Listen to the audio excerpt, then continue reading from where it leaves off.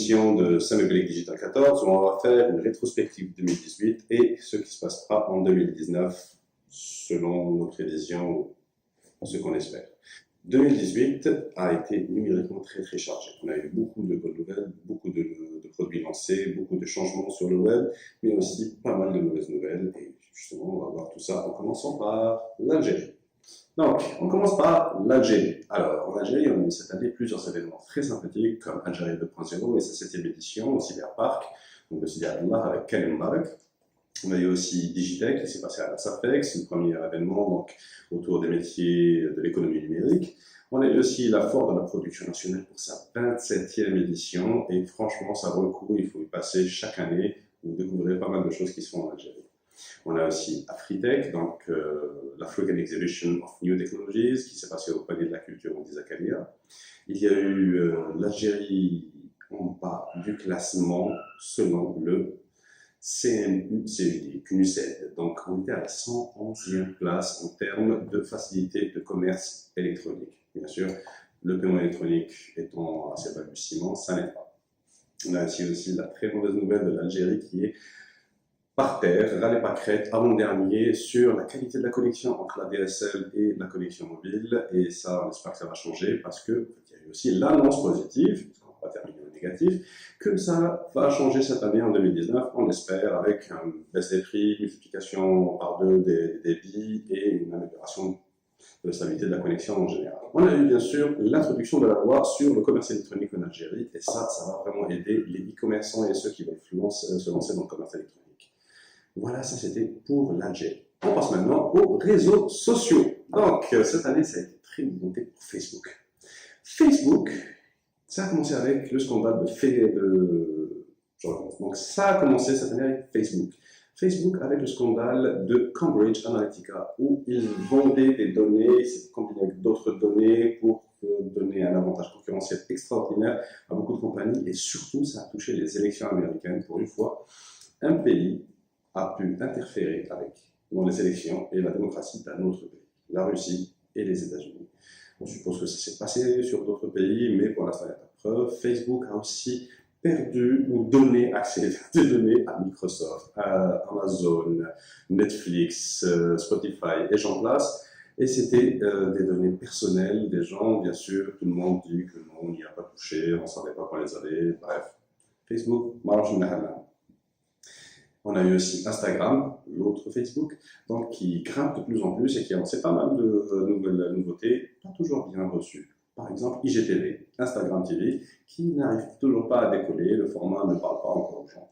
On a eu aussi l'introduction du mode shopping sur Instagram, le mode vocal, la liste des amis proches, etc. Donc Instagram prend de plus en plus de maturité et devient de plus en plus important. Et en 2018, comment ne pas parler de TikTok? TikTok qui a fusionné avec Musical.ly et qui a aujourd'hui plus de 600 millions d'utilisateurs actifs à travers le monde. Bien sûr, beaucoup aidé par la partie asiatique qui n'était pas atteinte encore par Musical.ly. Et maintenant, c'est le phénomène social à surveiller de très près. Donc, pour les réseaux sociaux, on va s'arrêter là et on va passer à la prochaine qui est Tech. Et cette année, ça a été de la pure folie. Et donc, aussi YouTube, cette année avec, YouTube Rewind, leur propre vidéo, est aujourd'hui la vidéo la plus dislikée de toute l'histoire de YouTube. C'est juste un record, ils l'ont fait, ils ont réussi. Ils ont aussi introduit les stories sur YouTube. YouTube qui était tout le temps en vertical, là maintenant on est obligé de voir en horizontal, et ça perturbe beaucoup de gens, et les gens ne savent pas encore comment ça fonctionne. Bref, tout le monde copie tout le monde, et on verra bien qui c'est qui s'en sortira vivant. Et on passe maintenant à la partie tech. Et tech en 2018, ça a été ultra chargé. Je vais me concentrer que sur ce qui m'a personnellement touché. Et donc, high-tech. High-tech en 2018, ça a commencé avec le magnifique crash du Bitcoin, qui a perdu 80% de sa valeur. Quelle valeur, vous diriez? Il est passé de $10 000 par Bitcoin à $2 000.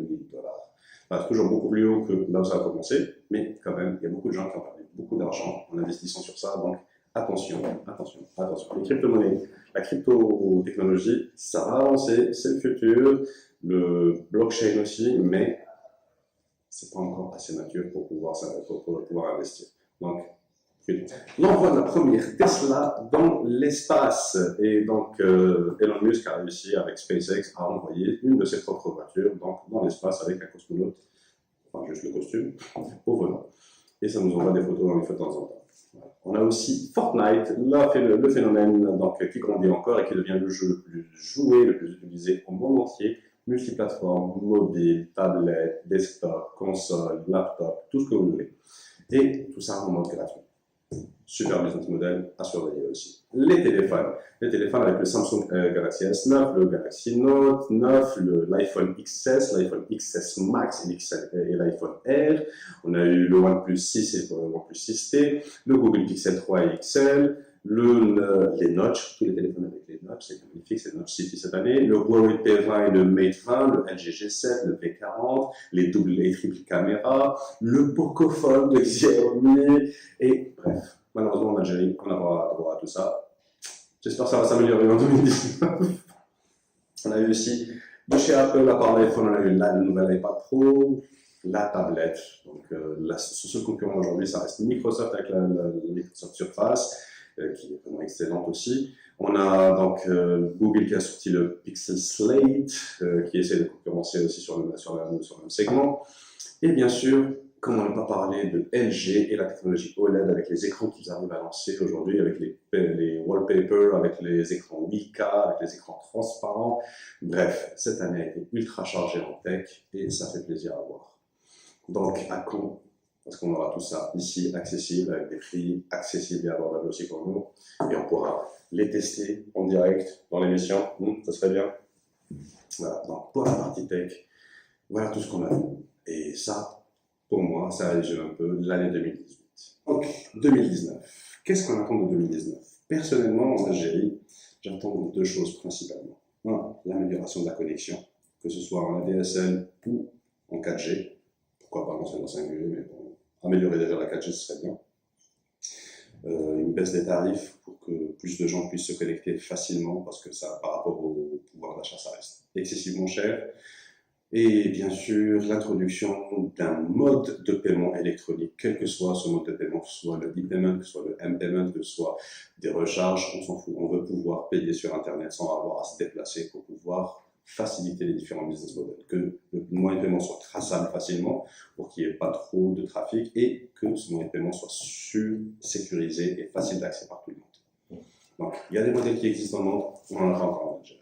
Donc, pour la partie internationale, donc les réseaux sociaux, surtout Facebook, Instagram et tout, on veut voir moins de perte de données des gens, parce que ce sont nos données, on fait confiance à ces réseaux, et il ne faudrait pas qu'ils en fassent n'importe quoi. Il faudrait plus de accountability.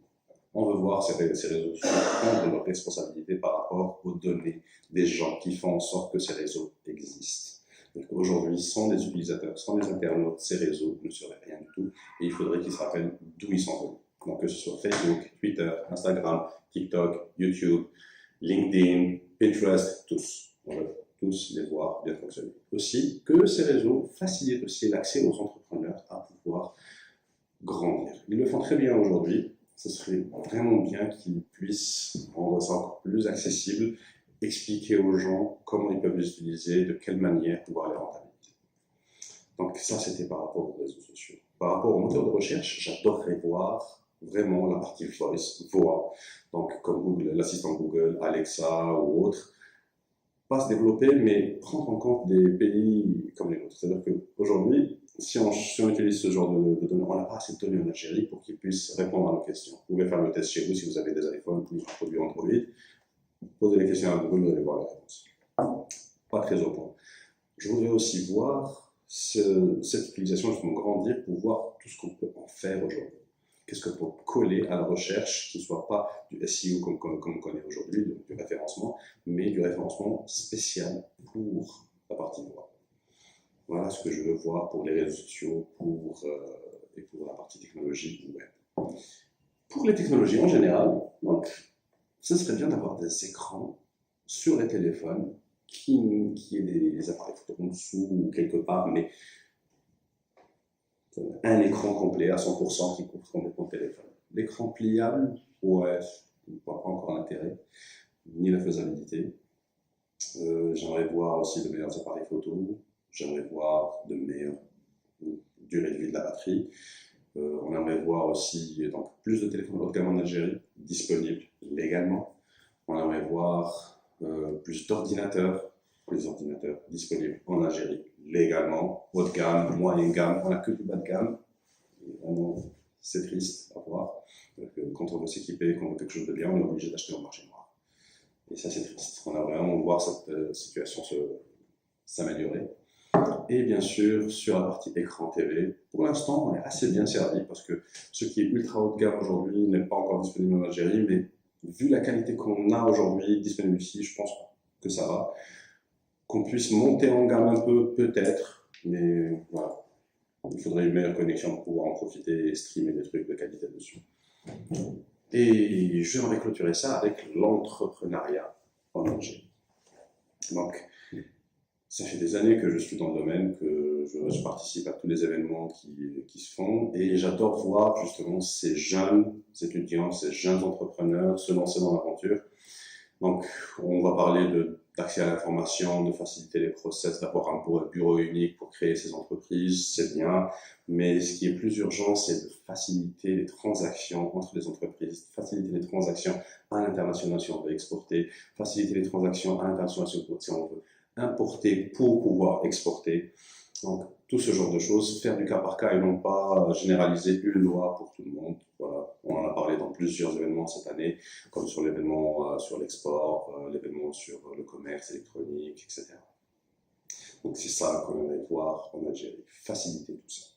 Donner accès à des moyens de paiement plus faciles pour l'international. Si on veut faire des publicités sur Facebook et Google aujourd'hui, on ne peut pas légalement le faire en Algérie. Et c'est malheureux. C'est-à-dire qu'on est obligé de passer par des astuces à droite, à gauche. Voilà.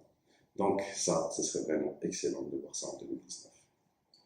Et vous, qu'est-ce que vous voudriez voir en 2019? Dites-le nous dans les commentaires. Et merci.